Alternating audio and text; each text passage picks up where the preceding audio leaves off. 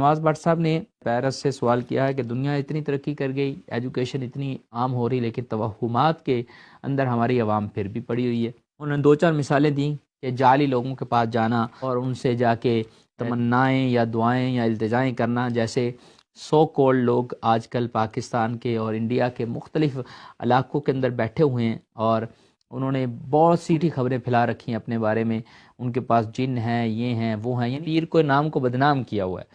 اصل میں پیر تو رہنما ہوتا ہے جو شریعت بھی جانتا ہے، طریقت بھی جانتا ہے، بہت بڑا پڑھا لکھا ہوتا ہے، جو قرآن شریف سے احکام نکال نکال کے ہمیں بتاتا ہے، اور قرآن کے احکام پہ خود بھی عمل کرتا ہے، جو خود یعنی اسوہ رسول پہ چل رہا ہے۔ اصل پیر تو وہ ہے، لیکن یہ سو کالڈ داڑھی منڈے، یعنی نہ داڑھی ہے، نہ کوئی لباس شریعت ہے، نہ خود نماز پڑھتے ہیں، نہ دوسروں کو پڑھنے کی دعوت دیتے ہیں۔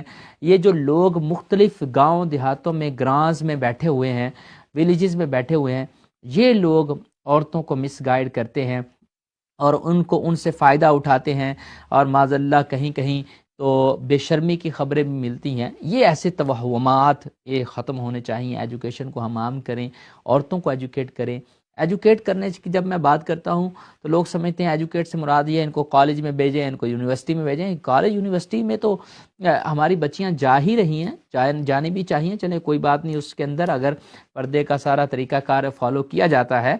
لیکن میں یہ کہہ رہا ہوں ایجوکیٹ دینی طور پر، ان کو قرآن کے احکام بتاؤ، ان کو صحیح احادیث کے احکام بتاؤ، ان کو یعنی اتنی یہ پڑھی لکھی ہوں کہ ان جعلی لوگوں کی اور اصلی لوگوں کے اندر پہچان یہ کر سکے۔ لفظ پیر برا نہیں، جو لوگ بنے ہوئے ہیں، غلط بنے ہوئے ہیں، وہ برے ہیں۔ تو برائی کو ختم کیا جائے، اور تب انشاءاللہ عزوجل وہ ایجوکیشن ہی ایک وے ہے۔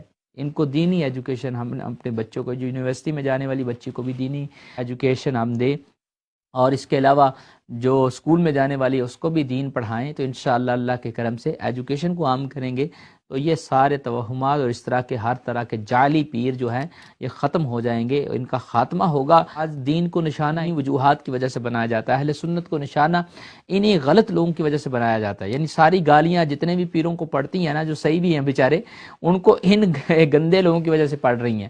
لہذا ان گندے لوگوں کو ختم کرنے کی، ان کی برائی کو معاشرے میں ختم کرنے کے لیے ہم سب کو اٹھنا ہے اور سب کو کردار ادا کرنا ہے۔